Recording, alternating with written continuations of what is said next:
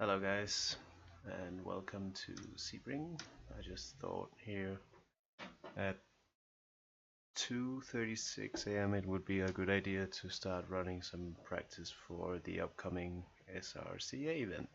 And you know, might as well record some of it because it's a combo that I actually like a lot, and it's a car that I find very fun to drive. Um, so Sebring, it's a very cool track. Very high powered car as well. Probably one of the, I would say, more enjoyable cars to drive around here. Is very high powered Nissan GTR. So we're just gonna try and see if we can build a good base for this car.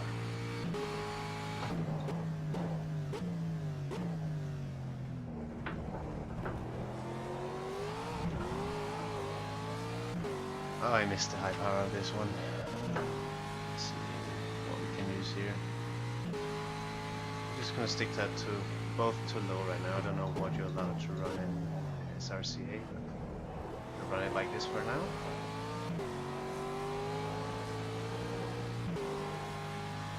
So just to get a good feel for the car here, to feel what the car is doing.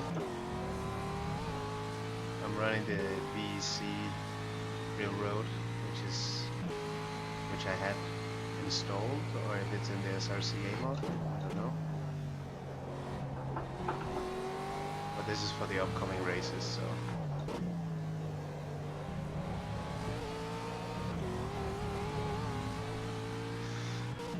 Yeah, no, it's not really a car that I'm that familiar with, but I'm just trying to get to grip with it.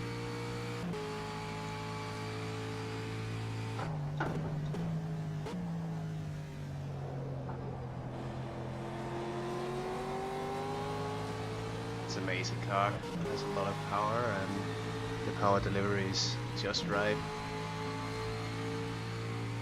Just trying to remember how this track goes down here. I think it's 4th gear and you just have to sort of miss a little bit. Oh, okay, that was a bit too much. Slightly off the track there.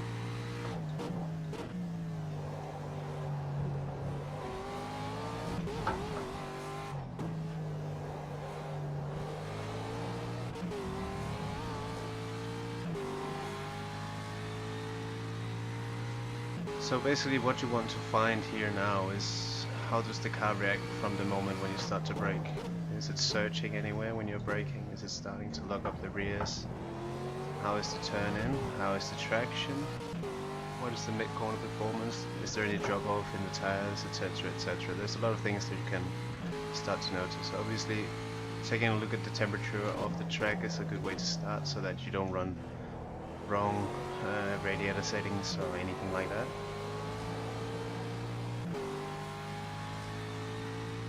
So let's see here.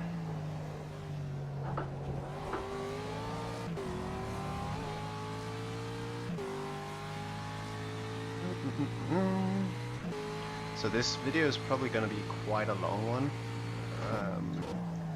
I'll try to look a bit into detailing of what to look after on these cars and some pointers, obviously. I must say this car is really nice to drive. I forgot how well it handled. And I have no idea what fast times are here, so I'm just gonna go with my own sort of pace here. Okay, so the rear end can be a little bit softer than it is at the moment. We like a little bit of traction in the higher speed corners. So this was 4th gear.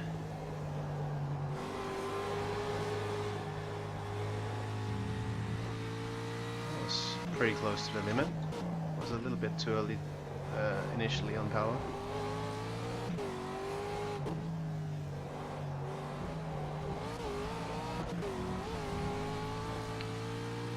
I have a little bit too much turning on my steering wheel, so I have to take down the wheel degrees a little bit so that car is not handling like a go-kart.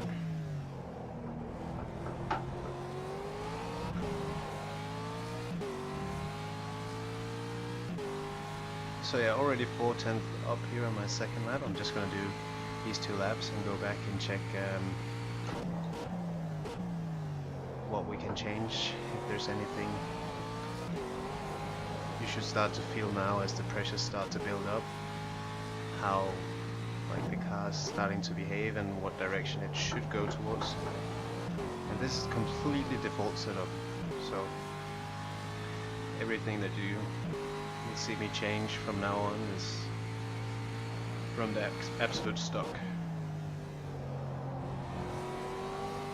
And you know, this might actually be a good base for you to keep working on for the rest of the season, or even for the next season if you're interested in joining the SRCA.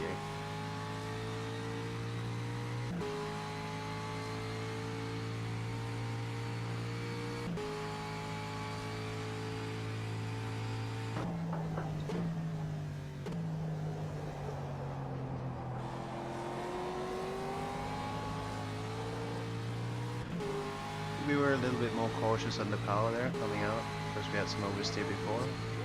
So we just tried to change the line a little bit on the exit to see if we could gain some time, and here I'm very offline right now.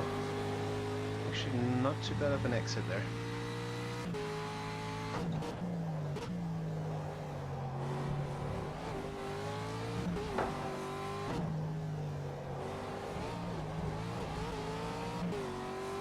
Running the curves a little bit too hard at the moment.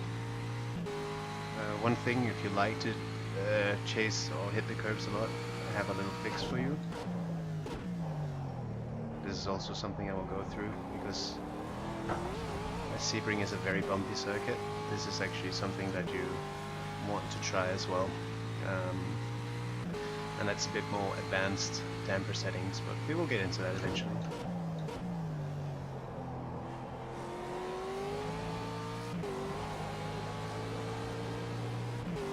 I must say that the handling of the stock setup is really nice here. A little bit too stiff on the rear, as I said before. But this is basically one of the first models that came to R Factor, so it has the old sort of suspension physics, but it's not in any way wrong or anything. It's really nice to drive actually. It was one of the cars that really got me hooked to R Factor 2 back in the days, so yeah, it's a nice car to drive with. Made some videos now on this build that I have, but it seems like the sound is desync, so apologies if it is so with this one. Okay, this should be like a mid 56. Okay, that's a high 56. Alright. So we'll just brake carefully here, down to 0, and we will see how it fared. So the cambers actually seem quite okay. On the rear we can even have a little bit more if you wanted to. See how much we can go down in pressure. Jesus, that goes deep. Right, we're just gonna try and go minimum. And I'm one of the guys that loves running maximum caster for everything, and there's a reason for that, because my steering wheel inputs are usually very little. I don't use the steering wheel a lot, and that's probably why also that I will turn this one down. You don't have to do that if you run more steering rotation or steering lock. That's up to you. But for chassis, always use maximum caster. It's easier to set up the car then. Okay, now we didn't really see the engine temperature, but the ambient right now is 11 degrees. So this one lying is 11 degrees, and the track temperature is the same. So radiator could go down. Brake map always runs 0. Trying to, maximum braking performance all the time. We didn't really have any front tire locking, so we can even go up on that a bit. So let's see. Yeah, as we came in, the rear end felt a little bit too stiff. Let's just see how this is basically. Yeah, this is basically the suspension setup of the current LMPs. So yeah, interesting. So we can detach all the roll bars basically. What I like to do is always to find a very understeery base. So if we take the rear end to minimum, take the slow bump a bit down, fast bump down as well, so we reduce the bumping a little bit, like when the cars start to jump out of the corners. Slow bump on the front, and as well fast bump, because then you don't notice as much the bumps as you go through the corner. The gears felt okay for now, and the wing settings is something that you will have to work deeper with yourselves. It's something that takes a lot of time. You have to look at the speeds from other people and all that, and I don't have that info right now, so I'm just doing everything by feel here. So we go out again.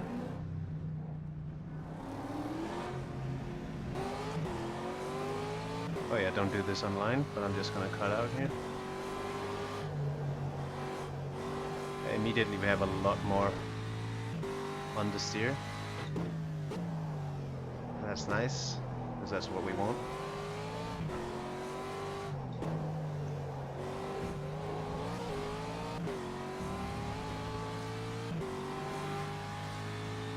And also you should feel that the steering gets a lot heavier now with the increased caster. That's usually the effects from that.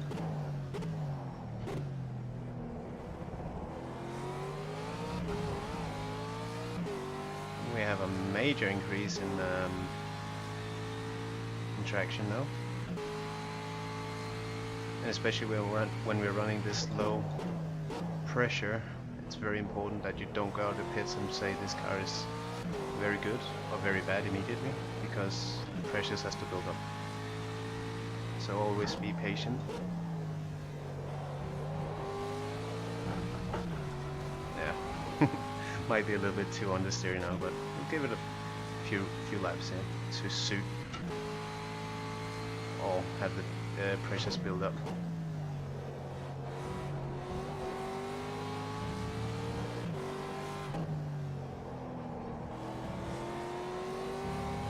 Basically, a car with this amount of power, you always want to run as much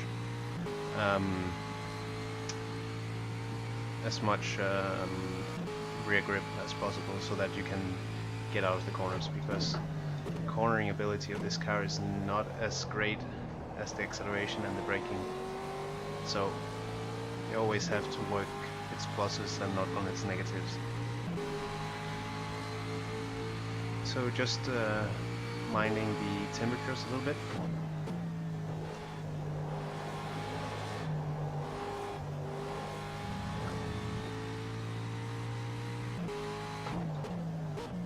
Just to make sure that the engine or the brakes don't get too hot.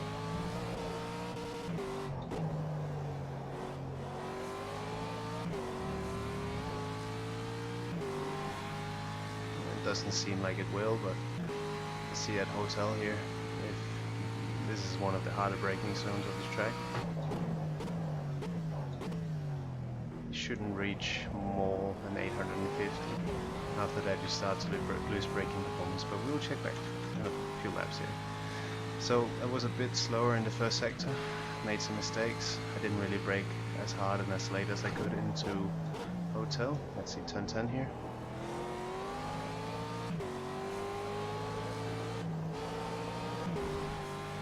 Bit too much understeer now.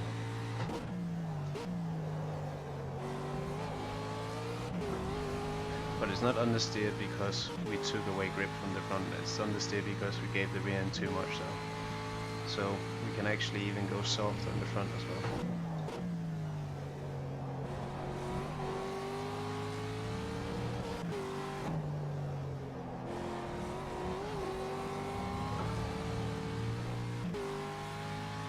I think even in the last sector, this setup is better than with the one we ran before. Oh, this car sounds so nice.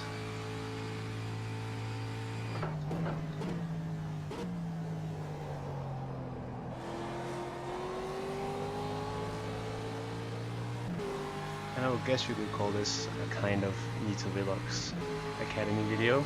It's for everybody, but it's also something that hopefully when I get some more time later this year or next year, I think it will most likely be next year because we are as late as we can be in this year, but this is sort of the trainings that I will attempt to not have a class in, but have some scheduled sessions that I will run with the academy team. And it's also a good way to progress into a longer sort of career in SRCA and other events. So like I said, it was a lot faster in the final sector, almost like half a second. So just have to have a little bit of a different approach when driving a car with understeer. I personally prefer it because it's safe and you can push a lot more than you can, or you can at least feel like you can push a lot more than you can with a car that is naturally oversteering. So yeah.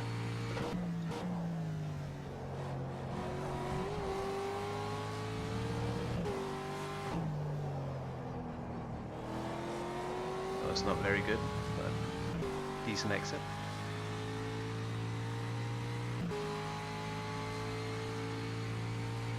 So now we have a little bit more intel on how we can progress on the front, and this is the way we set up the car now means that we're working the tires a lot more than we did before.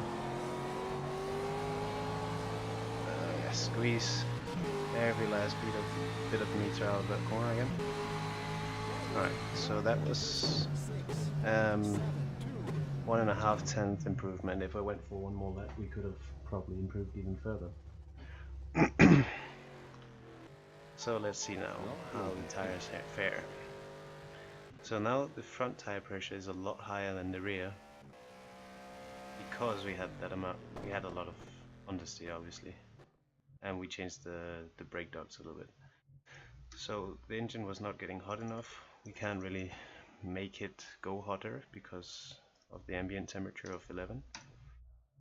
What we can do is give the car a little bit more steering. I would like to just try and detach the front roll bar and going one soft on the spring rate. That's would be kind of a major change, but I think when we're at this sort of level of differences in wheel temperature and all that, sorry, tire temperature, it's worth looking at. So again for 3 laps.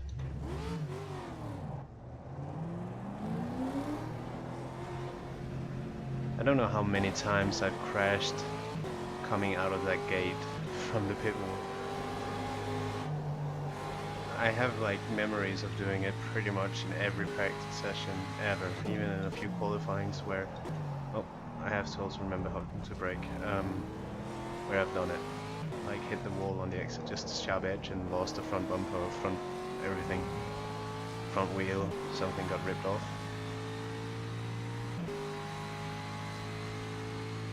So yeah, this is kind of effective testing of making a base setup. It's something that takes time to learn because you have to also know what the car should be doing. I'm just, as I said, I'm not too familiar with this car and this build, but I'm just going by feel and the small inputs from the car because the base setup is really good actually, but you can always gain some time. Some rear tire locking there. Something we can also make a solvent to.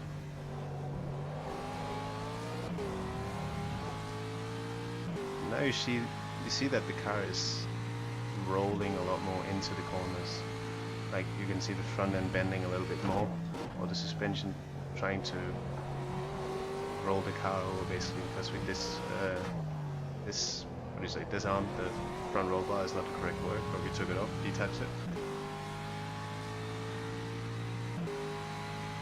And most GT cars on our factor works best like that, with anti-roll bars detached, and then you have to make the front end harder on the spring rate to make the car, you know, not spin around through the corners.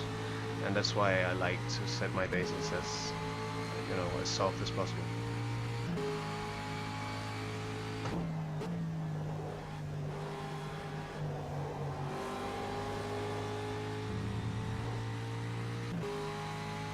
So it's feeling pretty decent now through first corner.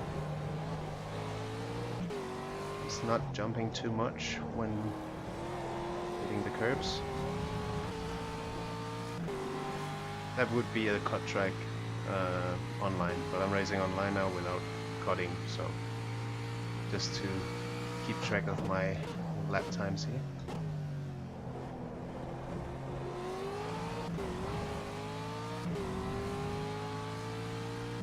So nearly a tenth quicker in the first sector, even when running in the grass a little bit. Just slightly have to compensate for the rear slugging there, coming through Sunrise.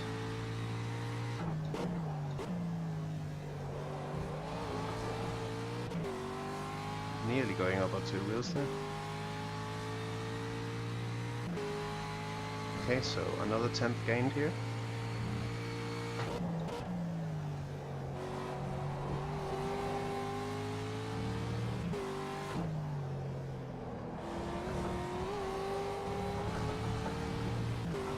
Using a little bit too much of the track now, pushing a little bit too hard. Let's see, front tires are still taking a beating compared to the rears.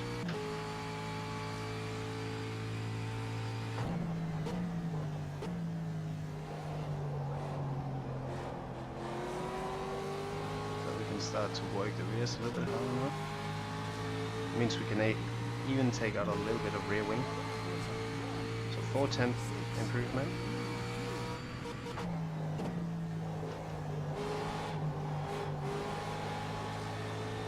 That's the beauty with this car. If you find some understeer, just floor it, and the car should start to turn. Or rotate, as we call it in racing terms.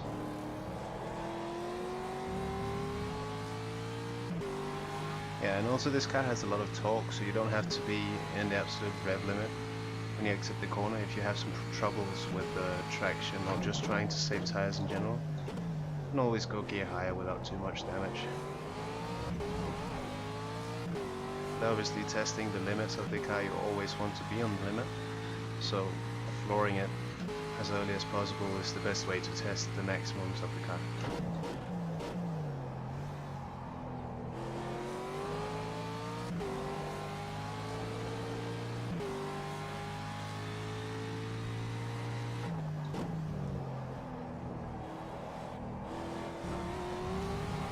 For some reason I find a lot of understeer if I don't hit that curb, and it could be because I'm coming slightly off the line. So I lost a little bit of time through that long corner.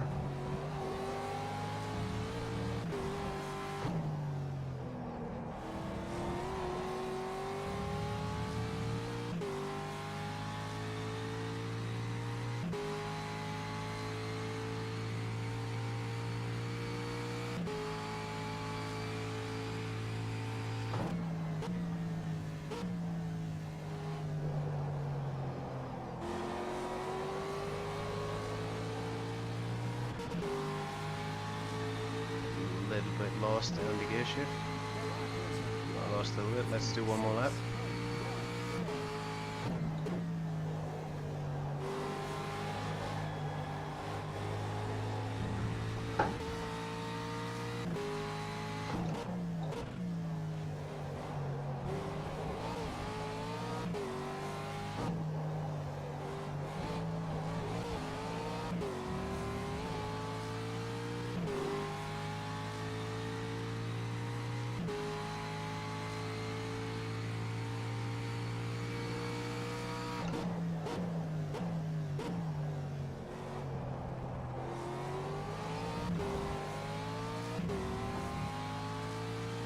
Okay, let's not do that.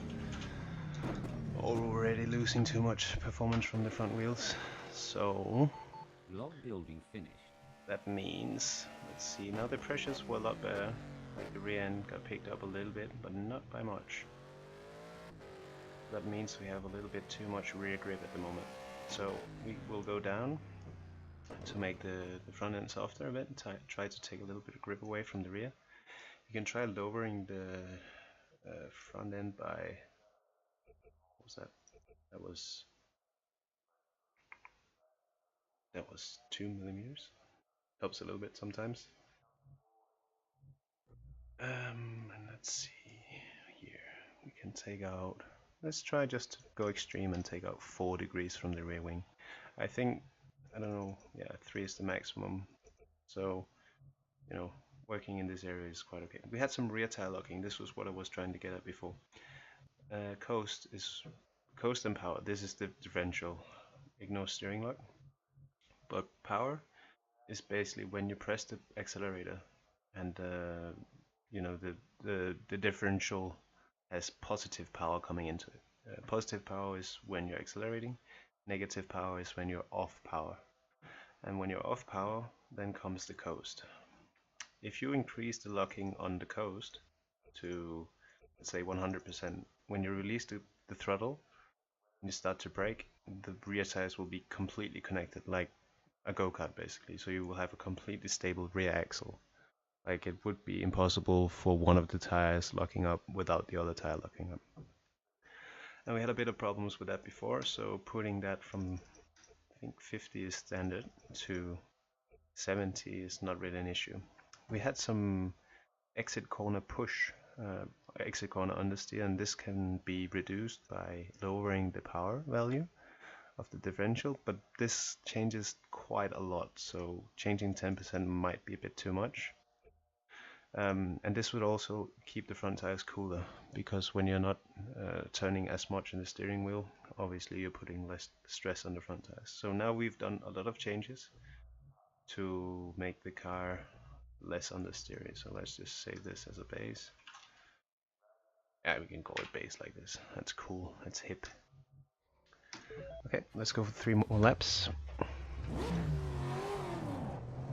And I think already now we are pretty much zeroing in on a pretty decent base for Sebring here.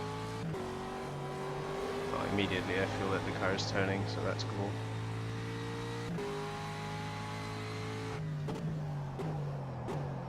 Yeah, and you need to let the front tires and brakes heat up a little bit before you push maximum.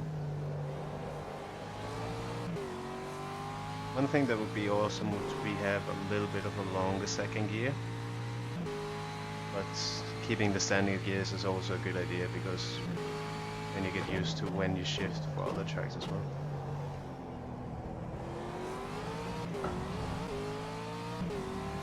You see, now traction actually becomes a bit of not a worry, but it becomes a thing suddenly. You just go a little bit forward on the brake bias like that. That's a lot better. Whoa. You also hear that the engine starts to rev up when I hit the curbs now. That's because we took out those 10% of the differential on power.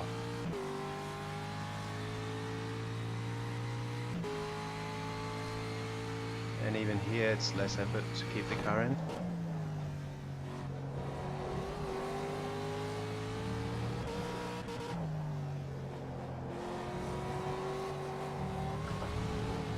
There I just have to commit on the power instead of being halfway.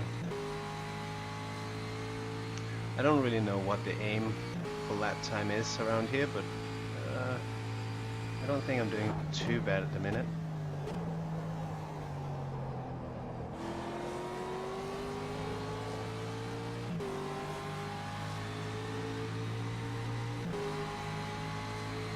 So let's see.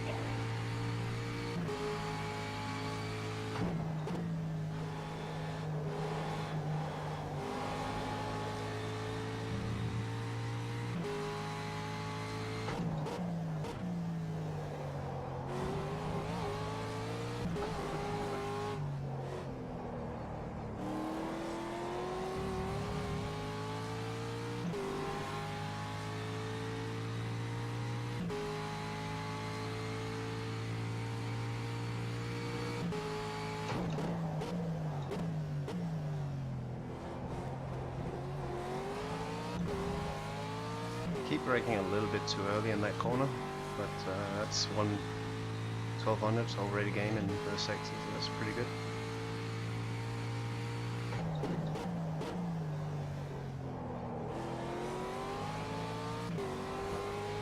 Obviously you want to brake late for these hairpins, but you don't want to brake too late and lose the exit completely, because you usually have a long straight following after these, so it's important to have a good exit.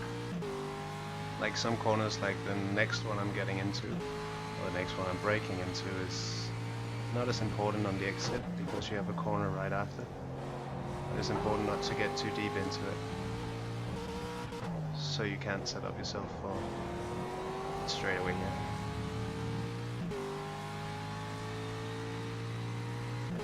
Actually, the car feels really good now. I think we will go mid 55 on this lap if I don't screw up here on the last bit.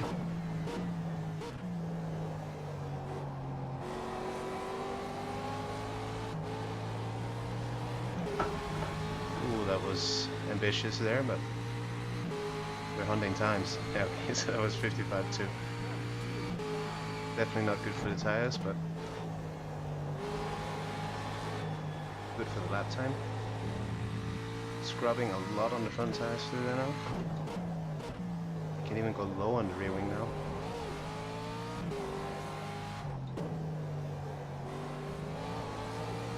And that's also a thing that you have to take into account. When is mechanical grip and when is it downforce? Turn 1 here is obviously downforce because you're going, I don't even remember the speeds right now, but it's quite high. I completely messed up there. It's quite high, so you're obviously using the downforce there to make the car turn in. Helped a little bit with the front end, I must say, lowering it a bit. Yeah, now I'm just completely screwing up. So let's see. What was the pressures now? Okay, good. So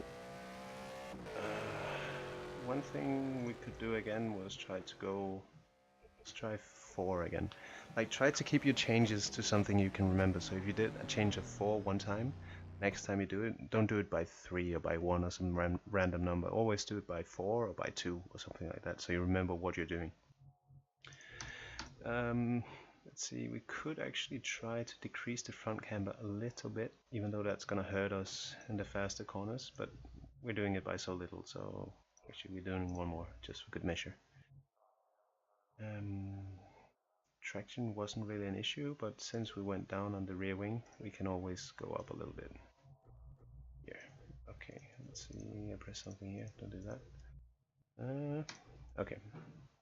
And we can go even lower now in power, just to help the front tires keep cool, because right now there's a 24 difference in kVA, or 0.24 bars if you like. Could also be the brakes, you know, but for single laps like I'm doing now, this is actually alright.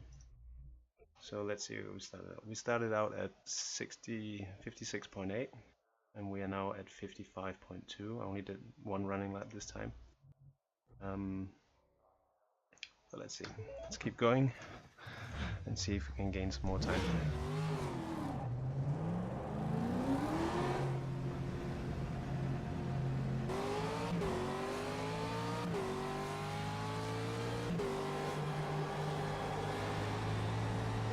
Ooh, that was oversteer. So definitely have something changing in the car right now.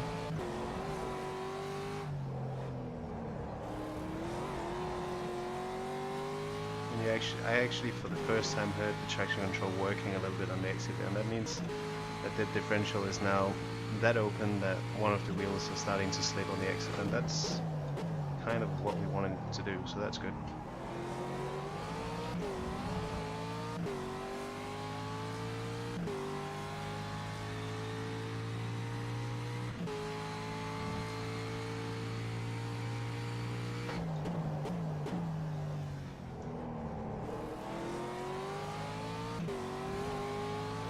I just love the sunrise at Sebring. It's so pretty.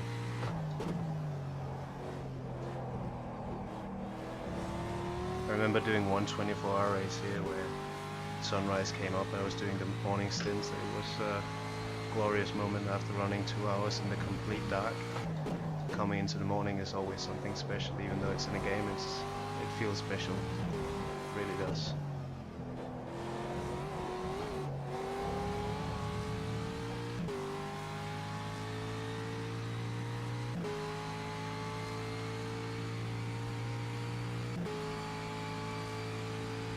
So now obviously we have a lot more top speed, so we have to take that in account when going into the last corner here. I would say we even have some oversteer coming out of it. But let's see. Times tell no lie.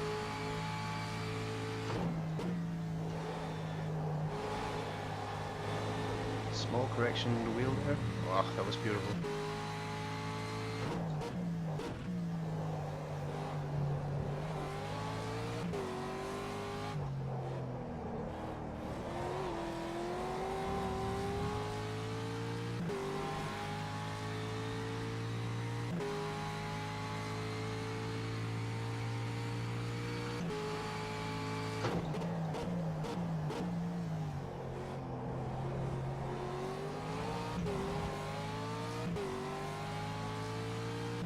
I must say that was a big improvement in the setup.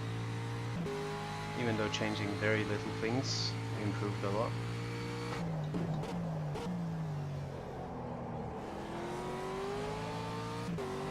And what effect did it have?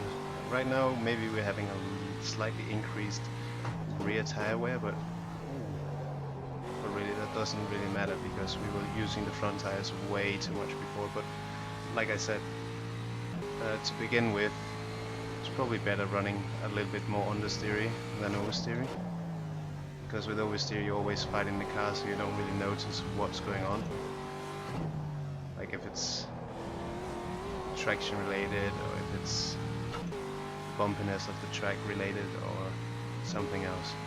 You're just fighting all the time, and you have a hard time even noticing what is, going by on the track. So always try to find balance immediately. Ooh, that's a bit too much sliding there.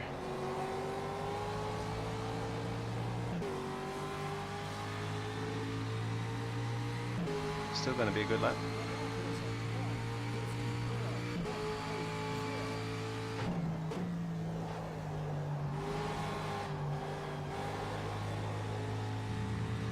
A little bit slow through T1. I think I tried to carry a bit too much speed in the beginning there.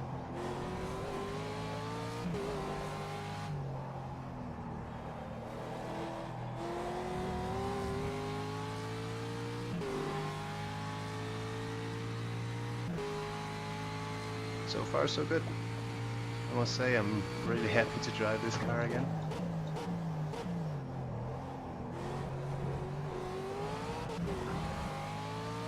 And especially on this combo, I mean it's such a lovely car to drive on this track.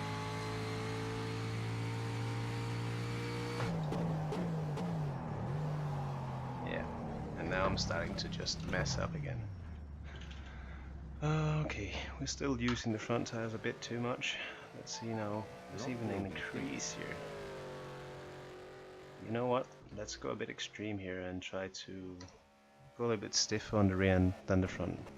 Actually, let us see here, weight distribution, front and rear. Can't go more towards the back, and that's what we have. Okay, that's not a lot we can change. So let's try to attach the rear bar. Usually that changes quite a lot, but with this car actually it might be needed because we're using the front tires way too much. And I would say we're pretty close to the limit of how low we can go on the rear wing. Ooh, yeah, now we definitely have a reaction from the car.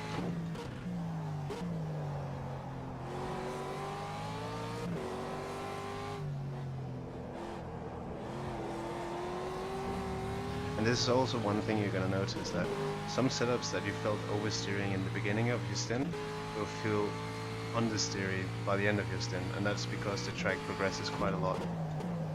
Per se, if you start on a completely green track, this would probably be very oversteery. But as it is right now, I would say it's quite neutral.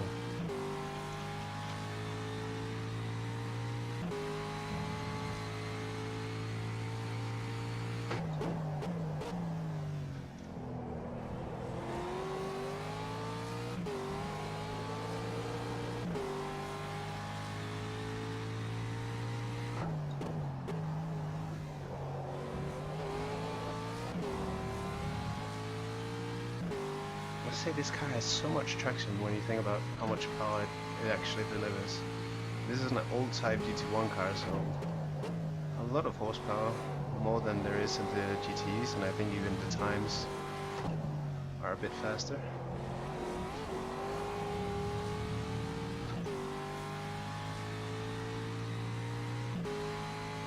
So let's see, this was just a small change. I think this is the final change I will make to the car. The rest I will leave up to you. I will try to attach the setup in the post I make for this video, just for you to try out. But please watch the video, and you know, if you have any questions, you could just send me a PM on the forum, or yeah, I actually prefer PM on the forums because I check there regularly, and I will try to respond to as many as I can, and also if anyone has interest in joining the Nito Velox Academy, that's also where you should try and contact me. And in my signature there should be a Discord link that you can use to join our Discord. We have some fun shenanigans going on there. Sometimes we might in the future start to plan some events. Maybe some team events, maybe some small team championships, something like that.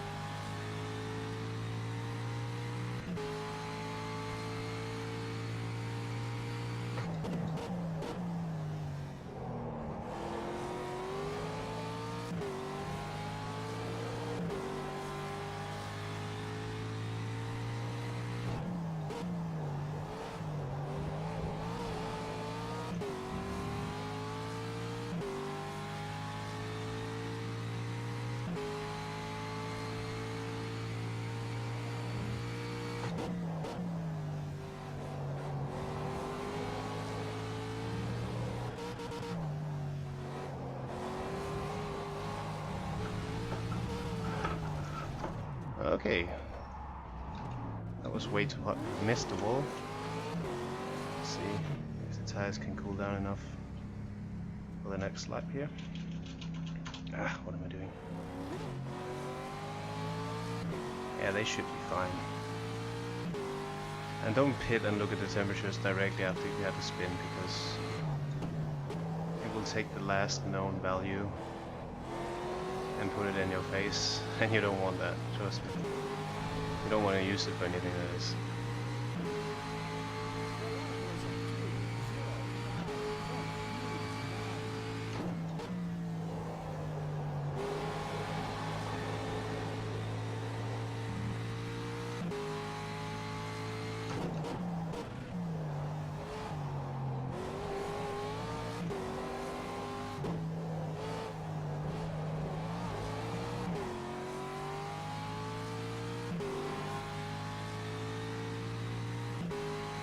A little bit of stuttering from the wheel, and that means that we have some flat spots. It's not going to help our time at all.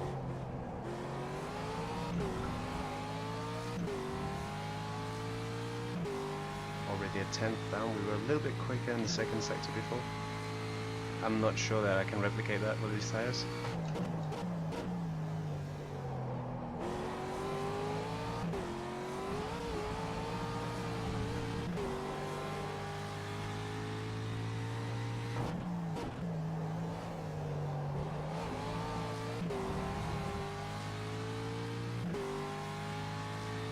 Was a little bit messy through there, didn't really gain the time.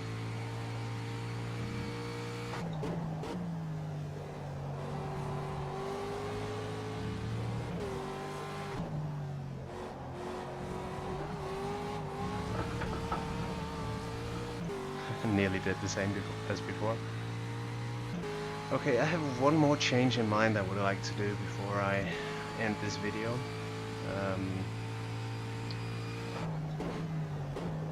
This is just gonna be to maximize hot lap performance.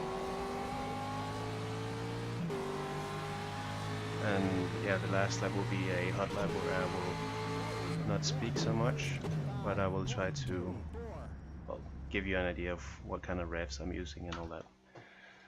So let's just take a quick gather here. Building finished.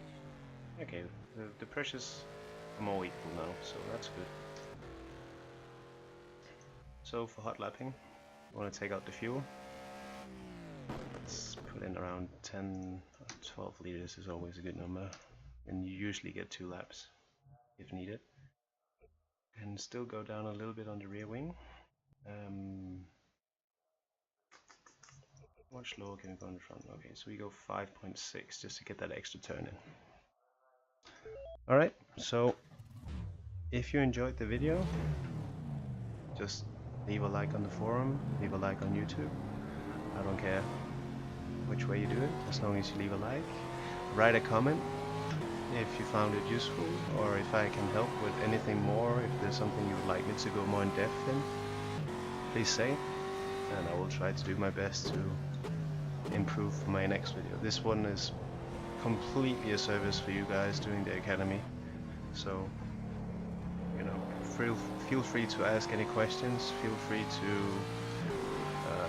you know, ask for improvements. If there's something that you would like to have more deeply explained, I'm your man. So yeah.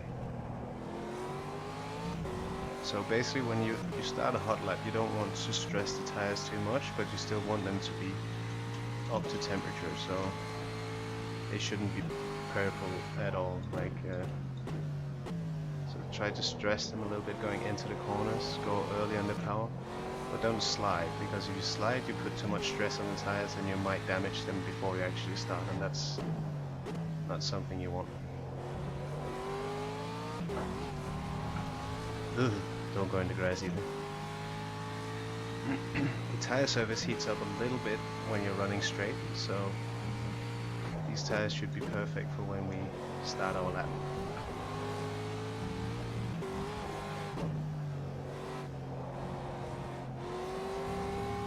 Okay, for now I will keep silent and just sit back and enjoy hopefully a high 53.